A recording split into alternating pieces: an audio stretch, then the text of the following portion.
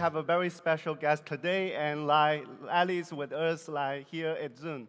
Yeah. So today's like session we will have start with Ali to have give us like a presentation about StarkWare and what like StarkWare and us have been working on like verifying like proof on like Bitcoin and also other thing about zero knowledge proof. Let's give a round of like the applause for like Ali.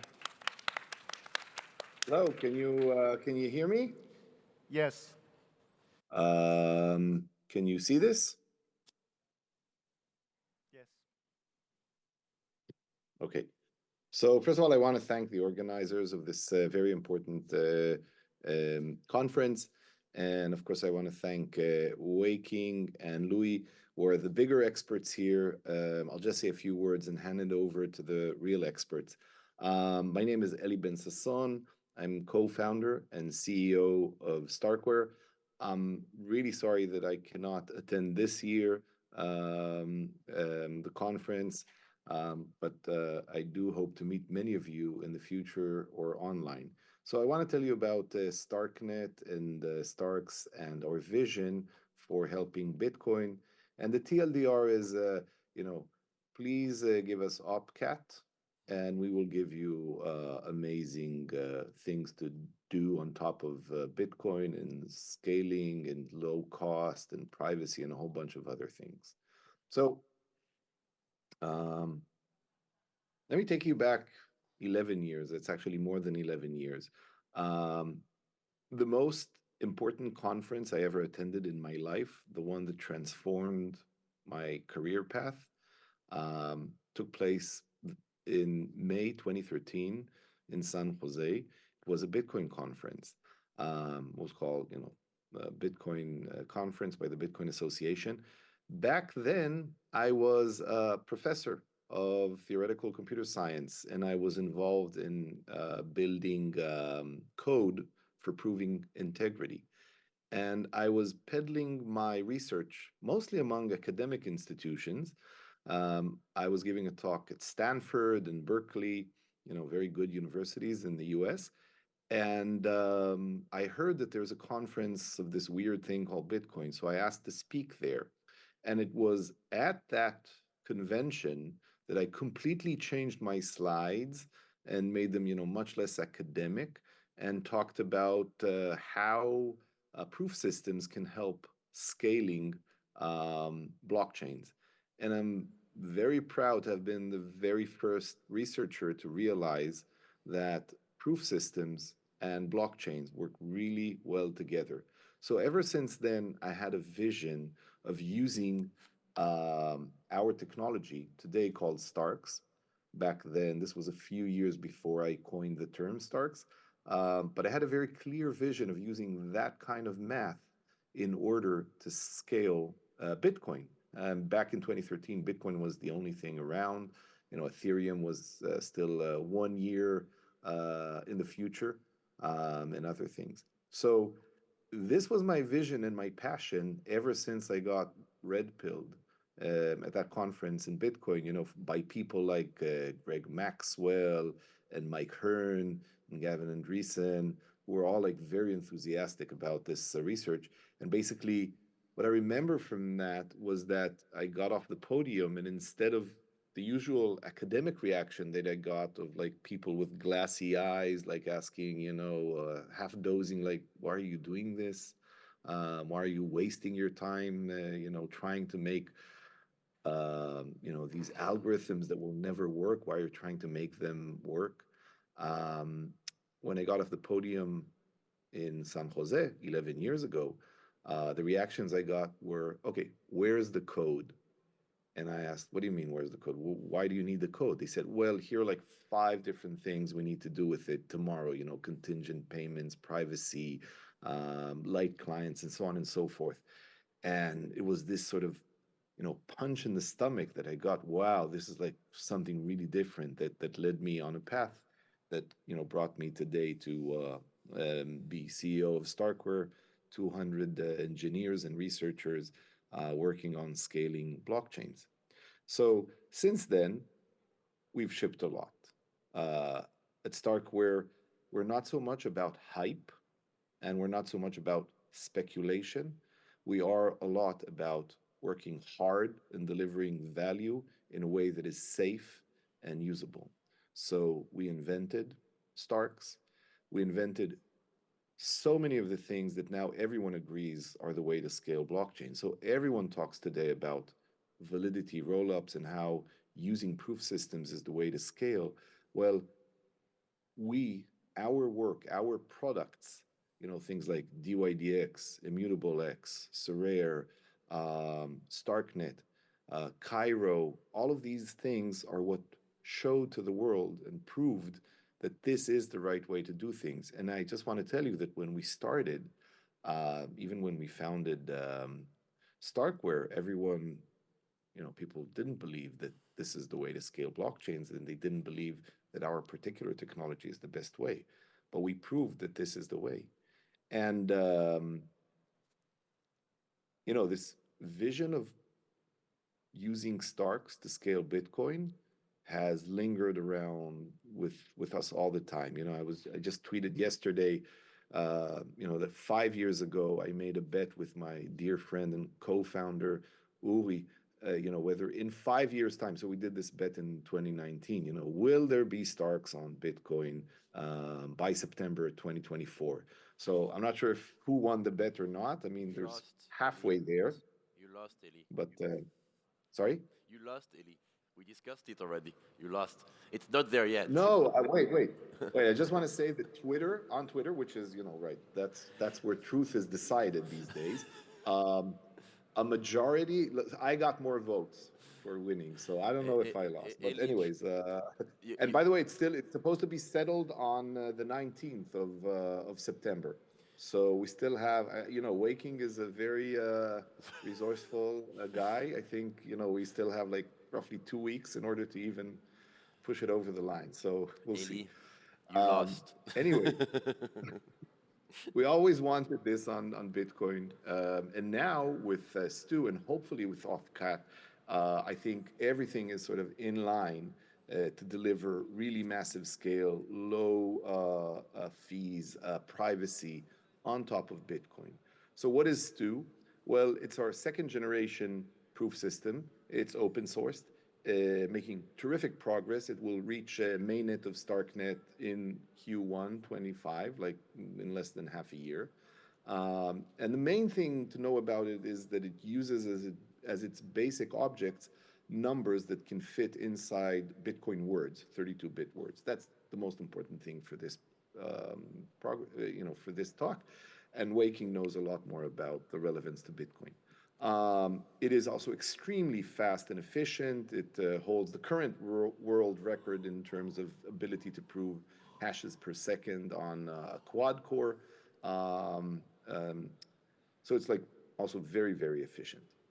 Now, Starknet on Bitcoin requires small numbers, and we have already committed that within 6 months of adopting Opcat on Bitcoin, Starknet will settle safely onto it, in addition to settling on Ethereum. And thanks to Weikeng's brilliance and hard work, this has already been displayed on testnet, on Signet. This will make Starknet the very first L2 squared, meaning it's a layer 2 of not one, but 2 chains. And of course, hopefully we'll have, not just layer 2s, but layer 3s, and not just settling onto Bitcoin and Ethereum, but onto basically any chain that you want, creating one big integrity web, just like we have the World Wide Web of information. We'll have one big integrity web for, things of value and societal functions. And those of you interested in researching either the economic part or the security aspects of Opcat, how it affects things like MEV on Bitcoin, please submit a grant proposal to the Opcat Research Committee headed by Andrew Polstra. We've already started discussing and received very interesting submissions, so it's ongoing. And with this, I will hand it over to bigger experts, Weikeng and Louis. Thank you very much. Thank you, Eli. Thank you very much.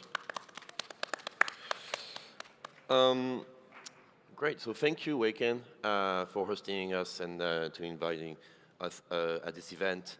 And also I want to thank Weikeng for basically being the reason why we believe Stark can happen on Bitcoin and the rollup can happen on Bitcoin. So I'm just, before anything and before we deep dive into the inner and in and out of all of that, can you explain what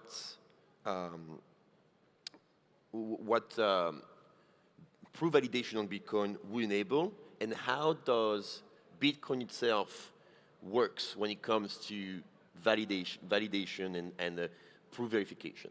Got it. So, like usually when we talk about a proof, like on like Bitcoin, on like this like blockchain system, we want to use the proof so to make like the blockchain either have privacy or more like scalable. And that like StarkWare have been working on Ethereum for already a few years, and the goal have been trying to build a layer 2 that significantly increase like the scalability, and that have been in production for a year. The reason that is like possible in Ethereum is because that Ethereum have the smart contract, and you have a lot of the like, and during the like past a few years, the smart contract in Ethereum have been evolved several times, so that you have the like capability to do verified proof. And with like a few more like recent like improvement, like for example data availability and so on, verification of like proof have become much cheaper, and that also is why ZK rollup is like very common now on Ethereum ecosystem. And when it comes to Bitcoin, the situation is a little bit different. Is that like, as I mentioned previously, is that Bitcoin have always been like a relatively simple like blockchain. It doesn't have a lot of the programmability. It has some, but not a lot. And that like the question have always been like this: is that if given the flexibility, if given all these like opcode, like that Bitcoin provides, all these like operator, these all function that Bitcoin provide, what can we do with Bitcoin? And that like we basically, like in last year, I think this is also that there are some changes in the Bitcoin ecosystem that have led us into like looking into that like, okay, can we also do what we do in like Ethereum on Bitcoin? Two things. One is big VM, like from Robbins. That have bring us back into that, okay, Bitcoin can actually have programmability. And that like and that kind of give us that, okay, so many things are now possible. That's one. And the second thing is that like last year, that was also the time when people start to think about that OP-TAG have been a very useful opcode. It can enable many functionality on Bitcoin, and that was the time when there are start to have formal proposal and also implementation on bringing back like OP-TAG. And that like this have been shown in this year is that like, and this year is even more exciting. The like proposal have been accepted, and that like we also have implementation now running on like Bitcoin testnet, official testnet. So I think that is kind of the reason that like a lot of these things have basically that like all the like requirements getting gradually satisfied, and that was the time when we start to think that like, okay, if there is no blocker, then we should build it, right? 100%. And so I'm jumping a bit ahead because you touched it. Yeah. How would you, a lot of people are talking about BitVM and what Robin's Linus has done and what you also did with him. Can you explain to the public here why Stark verification and full-on covenant is different from BitVM? What are the the advantage and so on? Like, how do you see those two solutions and their relative strength to each other? Yeah. So like I can start talking about BBM because we just talked about that in the previous session. BBM doesn't require any like mainnet upgrade. That's the good thing about it. It doesn't really set a time like that, okay, we need OP-TAG. It doesn't require that. But there's a lot of the like overhead caused by that. Like for example, like BBM, like first of all, like you have the like for proof, which means that you need additional assumption. You also require some trusted party to do multi-sig. And that like later on you also have a lot of the other restrictions, like for example, in BBM 1, the like original version, if like I want to do the for proof may need to be like basically will be a very interactive conversation that lasts several days between two parties. So that like the latency for final settlement can be very large in the worst case for like BBM. So that was one of the, and I think the trust assumption is the most annoying part because that like, if BBM rely on multi-sig, then it's not too different from a protocol that rely purely on multi-sig. So that's kind of why at that time we start to think that like, okay, BBM can be improved like in a better ways. And that, like, there are several like things that like, so that's kind of why we think that like with OPCAD we start to have all these tools and we can have build like the like I would say more like the textbook ZK rollup. It have all the security, it doesn't trust anybody, and that like it can also do all this functionality. And that like it can also have a low latency if we want. So that is kind of like the point. And that like today I think that like BBM, because BBM is changing as well. And that like if we have OPCAD, like I work with Robin like very closely, I think it's also very likely that BBM, because BBM now is verifying SNARK, there's actually nothing stopping it from changing that into one that verifies SNARK. So, and I think that will be the direction, because that verifying SNARK have encountered a few technical challenges already. Like Today on BitVM. Yeah, because so what happens is this, is that when you do for proof, a native restriction of all the for proof systems is that you need a data availability to work with that together. And that like if you have too much intermediate step of the computation, then the for proof like need a huge space for data availability. And a few teams have been working on like how to do this on Bitcoin. And one solution that people have is that we can spin up a separate chain, like another group that is to handle the data availability. But that kind of always gives us a feeling that it's no longer very good alignment with the Bitcoin.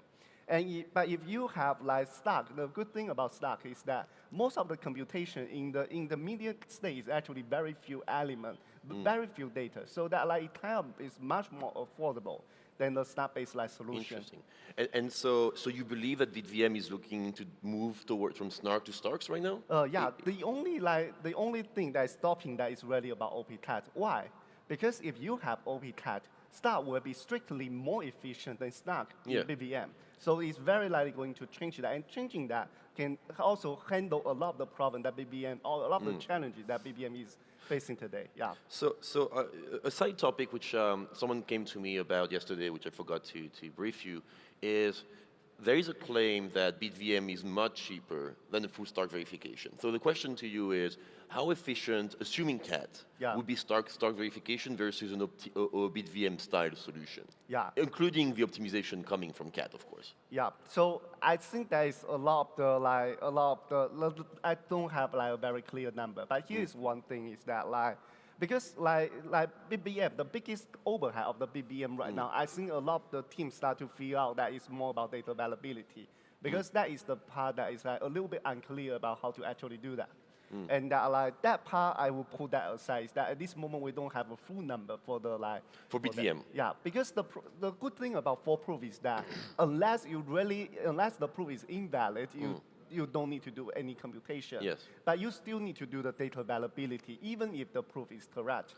And the overhead caused by that is basically a number that we haven't yet been carefully taken a measure of. So, and the way people think about BitVM data availability, are they talking about transaction data, or are they looking at state diff data? Like you would see, there is two types of rollup in the market. There is a state diff based ZK rollup, and there is the transaction-based rollups, which are what Optimism and Arbitrum looks like.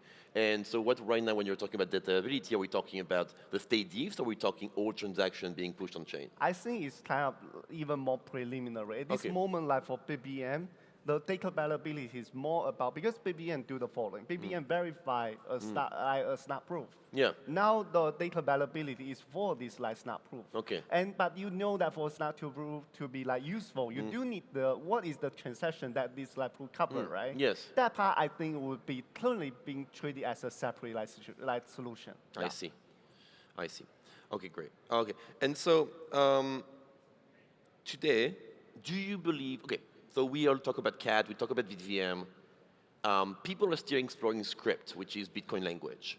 Do you believe there might be another way to get full-on rollup without having CAD? Either some innovation that could happen there? Is there enough space for a non-CAD-based solution to verify Starks? Okay, so here is the alternative. Yeah. So one thing is this, is that if you want like, first of all, like discuss one thing is that for BBM, you can also let BBM to have start today, and that like it might beat the performance. But we need to do some research on like hash function. And like I talked with Victor from StarkWare. I think that is a professor that is really interested in getting this challenge to create a hash function that is Bitcoin friendly. So that's one.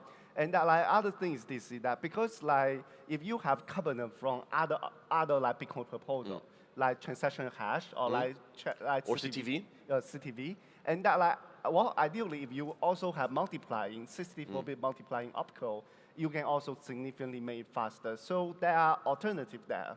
But I would say is that like if you don't have like think about this that if you don't have like all these like newer opcode, then the best bet you have is to wait for that professor to show us like a hash function that is more efficient than Blade 3, like in Bitcoin. Yeah. Amazing.